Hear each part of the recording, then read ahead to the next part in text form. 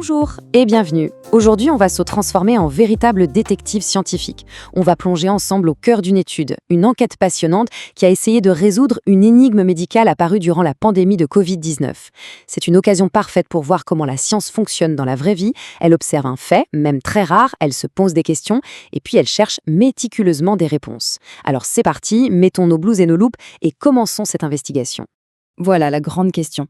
C'est vraiment le point de départ de toute notre histoire. Vous en avez peut-être entendu parler aux infos ou sur les réseaux sociaux. Une inflammation du cœur, que les médecins appellent une myocardite, a été remarquée. C'était très rare, mais c'est arrivé de façon plus visible chez des personnes jeunes, des adolescents ou de jeunes adultes, après avoir reçu un vaccin. L'objectif aujourd'hui, c'est de suivre pas à pas le raisonnement des chercheurs pour comprendre comment ils ont mené l'enquête et surtout quelles pistes ils ont pu découvrir. Bon, avant de se lancer dans l'enquête, il faut bien planter le décor. C'est super important de comprendre la situation dans laquelle ce mystère est apparu.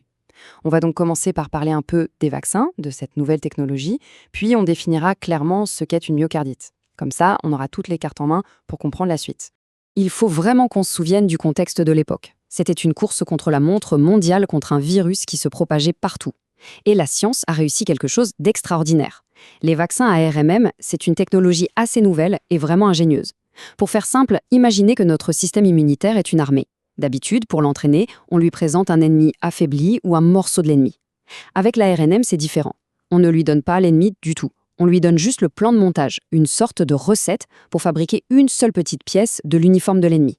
Cette pièce, c'est la fameuse protéine spike du coronavirus. Nos cellules lisent la recette, fabriquent cette pièce, et l'armée immunitaire apprend à la reconnaître et à s'entraîner à la combattre. L'avantage, c'est que c'est beaucoup plus rapide à développer et à produire en masse. C'est ce qui a permis d'aller si vite et de protéger des millions de gens. Ce mot myocardite peut faire un peu peur, mais en fait, c'est très logique quand on le décompose. Myo, ça vient du grec et ça veut dire muscle. Card, ça c'est facile, ça fait penser à cardiaque, donc le cœur, et le suffixe -ite en médecine, ça veut presque toujours dire inflammation. Donc, une myocardite, c'est tout simplement une inflammation du muscle du cœur, le myocarde. C'est ce muscle puissant qui se contracte pour pomper le sang dans tout notre corps. Imaginez que ce muscle devienne irrité, un peu rouge et enflé, comme quand on se tord une cheville. Voilà, c'est ça une myocardite. Et c'est ce phénomène précis que les scientifiques ont voulu comprendre. Ce qui a vraiment mis la puce à l'oreille des scientifiques, ce n'est pas seulement l'existence de cet effet, mais son profil très particulier. Ce n'était pas n'importe qui à n'importe quel moment. Les données du monde entier montraient la même chose. Ça touchait surtout des garçons adolescents ou des jeunes hommes. Les symptômes, comme une douleur dans la poitrine, apparaissaient souvent quelques jours après la deuxième dose du vaccin. Et attention, on parle de quelque chose de très rare, 1 ou 2 cas sur 100 000 personnes. C'est un risque extrêmement faible. C'est beaucoup plus rare que d'avoir un accident de voiture. Mais en science, ce n'est pas juste le nombre qui compte. C'est la répétition d'un schéma, d'un profil identique. C'est cette régularité qui a sonné l'alarme et qui a dit aux chercheurs « Il y a quelque chose à creuser ici, il faut comprendre pourquoi ». Maintenant que le mystère est bien posé, on va voir comment nos chercheurs détectives s'y sont pris. Comme dans une enquête de police, il leur fallait des suspects, des témoins et bien sûr des outils d'analyse super pointus pour trouver le moindre indice caché. Alors, ça, c'est vraiment la base de toute bonne enquête scientifique, la comparaison. Pour savoir ce qui cloche chez quelqu'un, il faut pouvoir le comparer à quelqu'un chez qui tout va bien. Les chercheurs ont donc formé 2 équipes. Dans la première équipe, 16 jeunes qui avaient malheureusement développé cette myocardite. C'est notre groupe de cas. Dans la deuxième équipe, pour comparer, ils ont recruté 45 autres jeunes, du même âge, vaccinés à la même période, mais qui étaient en parfaite santé. C'est ce qu'on appelle le groupe contrôle ou le groupe témoin. L'idée est toute simple, mais géniale. Si on analyse le sang de tout le monde et qu'on compare les résultats, on finira peut-être par trouver la petite différence qui expliquera pourquoi un groupe est tombé malade et pas l'autre. C'est la chasse à l'indice. Ce tableau, il est très intéressant parce qu'il nous donne déjà un premier gros indice. Regardez bien, l'âge moyen est presque le même. 16 ans et 15 ans, c'est parfait. Les groupes sont bien comparables. Mais maintenant, regardez la ligne sexe masculin. Dans le groupe témoin, celui des jeunes en bonne santé, il y a 40% de garçons. C'est à peu près ce qu'on retrouve dans la population. Mais dans le groupe avec la myocardite, on passe à 81%. C'est énorme. Cette différence est un indice majeur. Ça confirme que l'enquête doit se concentrer sur quelque chose qui est peut-être spécifique aux jeunes hommes. L'étape suivante, c'était le laboratoire. Les chercheurs ont lancé ce qu'ils appellent un immunoprofilage. C'est un mot compliqué pour dire qu'ils ont fait l'analyse la plus complète possible du système immunitaire des participants. C'est un peu comme si la police scientifique arrivait sur une scène de crime et analysait absolument tout. Les empreintes digitales, les cheveux, les fibres de tissu. Là, les chercheurs ont tout regardé dans le sang. Les anticorps, qui sont un peu nos missiles à tête chercheuse, les cellules immunitaires comme les lymphocytes, nos soldats d'élite, et même les messages d'alerte chimiques, les cytokines, qui crient « au feu, au feu ». Le but était de passer le sang au peigne fin pour trouver la signature, l'anomalie qui trahirait le coupable. L'enquête est lancée. Et comme souvent dans les bonnes histoires de détectives, les premières pistes qu'on explore, elles ne mènent nulle part. Mais c'est une étape très importante parce qu'éliminer des suspects, ça permet de se concentrer sur les bonnes pistes. Et là, premier rebondissement dans l'enquête. C'est assez surprenant. La première hypothèse logique des scientifiques, c'était de se dire peut-être que chez les jeunes avec une myocardite, le système immunitaire a surréagi, il est devenu un peu fou. On aurait pu penser que leur armée immunitaire, les fameux anticorps et lymphocytes, produisait une réponse trop forte, trop agressive. Eh bien pas du tout. Les analyses ont montré que la production d'anticorps et la réaction des lymphocytes étaient quasiment identiques dans les deux groupes. L'armée d'élite se comportait de manière tout à fait normale et efficace. Les chercheurs ont aussi vérifié s'il n'y avait pas d'auto-anticorps, c'est-à-dire des anticorps qui se trompent de cible et attaquent notre propre corps. Rien de tout ça. Cette première piste était donc une impasse. Le problème ne venait pas de la réponse immunitaire principale. Cette phrase, elle est tirée de la conclusion des chercheurs dans l'étude. Elle est très claire. Ça signifie que la partie classique de la réponse au vaccin, celle qui nous fabrique des anticorps pour nous protéger, fonctionnait parfaitement bien chez tout le monde, y compris chez les jeunes qui ont eu une myocardite. Leur corps apprenait bien à reconnaître l'ennemi. Ça veut dire que la cause du problème était ailleurs. Elle était plus subtile, plus cachée. L'enquête devait continuer.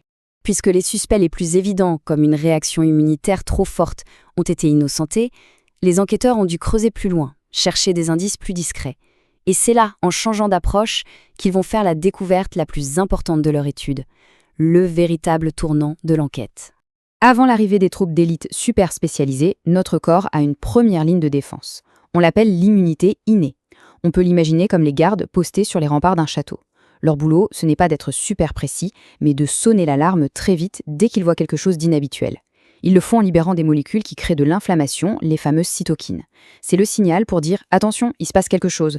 Et là, les chercheurs ont remarqué une petite différence. Dans le groupe myocardite, cette alarme sonnait un peu plus fort. Les gardes semblaient plus nerveux, plus agités. Ce n'était pas encore la preuve, mais c'était le premier vrai indice qui montrait qu'il se passait bien quelque chose de différent chez ces jeunes. Voilà exactement la question que les chercheurs se sont posées. C'est bien beau de savoir que l'alarme incendie est en train de sonner, mais la vraie question c'est où est la fumée ? Qu'est-ce qui pouvait bien irriter le système de première alerte de ces jeunes en permanence, au point de le maintenir dans cet état d'agitation ? Et c'est là qu'arrive le coup de génie des chercheurs. Ils ont eu une nouvelle idée. Ils se sont dit, et si le problème ne venait pas de la réaction de l'armée, mais de l'outil d'entraînement lui-même ? On se souvient, cet outil, c'est la protéine Spike, la fameuse photo de l'uniforme de l'ennemi. Normalement, après l'entraînement, toutes les photos sont ramassées et détruites. Le corps fait le ménage. Pour vérifier ça, ils ont utilisé une technologie de pointe, un test incroyablement sensible, capable de détecter des quantités minuscules de cette protéine. Leur but, voir si par hasard, des photos n'étaient pas restées en circulation dans le sang, là où elles ne devraient pas être. Et là, le résultat est tombé. Et c'est un choc. C'est l'image la plus parlante de toute l'étude. Regardez bien ce graphique. La barre de gauche représente le groupe contrôle, les jeunes en pleine forme. Résultat, 0. Aucune trace de protéines Spike libre dans leur sang. C'est normal, le nettoyage a été fait parfaitement. Maintenant, la barre de droite, c'est le groupe avec la myocardite. Et là, ce n'est pas 0. On trouve en moyenne 33,9 picogrammes par millilitre. Un picogramme, c'est 1000 fois plus petit qu'un nanogramme. C'est une quantité infime. Mais la différence ici, ce n'est pas juste une question de quantité. C'est une différence entre rien du tout et quelque chose. C'est l'indice flagrant, la preuve que les enquêteurs cherchaient. L'arme du crime a été retrouvée. Le détail le plus important, c'est que cette protéine était libre. Elle n'était pas neutralisée, pas attrapée par les anticorps. Pour reprendre notre image du château, c'est comme si les photos de l'uniforme ennemi n'avaient pas été rangées dans les archives, mais qu'elles continuaient de flotter partout dans les couloirs du château. Cette présence anormale et prolongée de la protéine Spike, flottant librement dans le sang, pourrait être la source de l'irritation constante des gardes.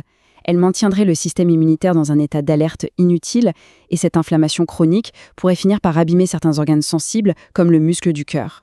Avec cette preuve majeure en main, les scientifiques ont enfin pu assembler toutes les pièces du puzzle. Ils pouvaient maintenant proposer une explication logique, un scénario plausible pour résoudre le mystère de la myocardite. C'est l'heure du verdict final. Alors, voici le scénario que les chercheurs ont imaginé. Étape 1, tout se passe comme prévu. Le vaccin arrive dans le muscle de l'épaule et donne ses instructions aux cellules. Étape 2, normalement, la protéine spike est produite localement, présentée à l'armée immunitaire, puis le corps fait le ménage rapidement. Mais, étape 3, il semble que dans de très rares cas, un peu de cette protéine spike arrive à s'échapper du muscle et à passer dans le sang avant d'être éliminée. Et enfin, étape 4, cette protéine vagabonde, en circulant partout dans le corps, pourrait se fixer sur les cellules du muscle cardiaque et agir comme un irritant, un peu comme un grain de sable dans un rouage, ce qui déclencherait une inflammation très localisée au niveau du cœur. C'est une explication très mécanique qui ne remet pas en cause l'efficacité de l'entraînement immunitaire global. Pour être sûr que leur théorie tenait la route, les chercheurs ont fait une dernière comparaison. Ils ont comparé les analyses de sang de leurs patients avec celles d'enfants atteints d'un autre syndrome inflammatoire lié au Covid, le PIMS. Ce tableau montre que ce sont deux choses très différentes. Dans la myocardite post-vaccin, on voit surtout un marqueur très élevé de souffrance du cœur, la troponine T. C'est une protéine que le cœur relâche quand ses cellules sont abîmées. Par contre, le marqueur de l'inflammation générale dans tout le corps, la CRP, est plus bas. Pour le PIMS, c'est l'inverse, une inflammation générale très forte, mais une atteinte cardiaque moins directe. Cela renforce l'idée que dans le cas de la myocardite post-vaccin, le problème est vraiment centré sur le cœur, ce qui colle bien avec l'idée d'une irritation directe par la protéine spike. C'est peut-être la phrase la plus importante de toute l'étude, la conclusion que les chercheurs tiennent à souligner. Même après avoir découvert ce mécanisme potentiel, ils insistent sur un point essentiel, le rapport bénéfice-risque reste très largement en faveur de la vaccination. Le risque de développer cette myocardite est extrêmement faible. En comparaison, le risque d'attraper le Covid-19 et de souffrir de complications graves, y compris des myocardites bien plus fréquentes et sévères causées par le virus lui-même, est beaucoup plus élevé. La science ne cherche pas à faire peur, elle cherche à comprendre pour améliorer. Et on termine là-dessus. C'est ça la beauté de la science. Chaque enquête, même quand elle porte sur un effet secondaire rarissime, est une chance de progresser. Maintenant qu'on a une piste sérieuse sur ce mécanisme d'évasion de la protéine spike, les scientifiques du monde entier peuvent travailler à l'améliorer. On peut imaginer par exemple de modifier un tout petit peu les futurs vaccins à ARN pour s'assurer que la protéine reste bien ancrée dans le muscle de l'épaule et ne puisse plus s'échapper. C'est comme ça que la science avance, pas à pas, en résolvant les mystères les uns après les autres, pour rendre nos médicaments et nos vaccins toujours plus sûrs et toujours plus efficaces. Merci de m'avoir suivi dans cette enquête.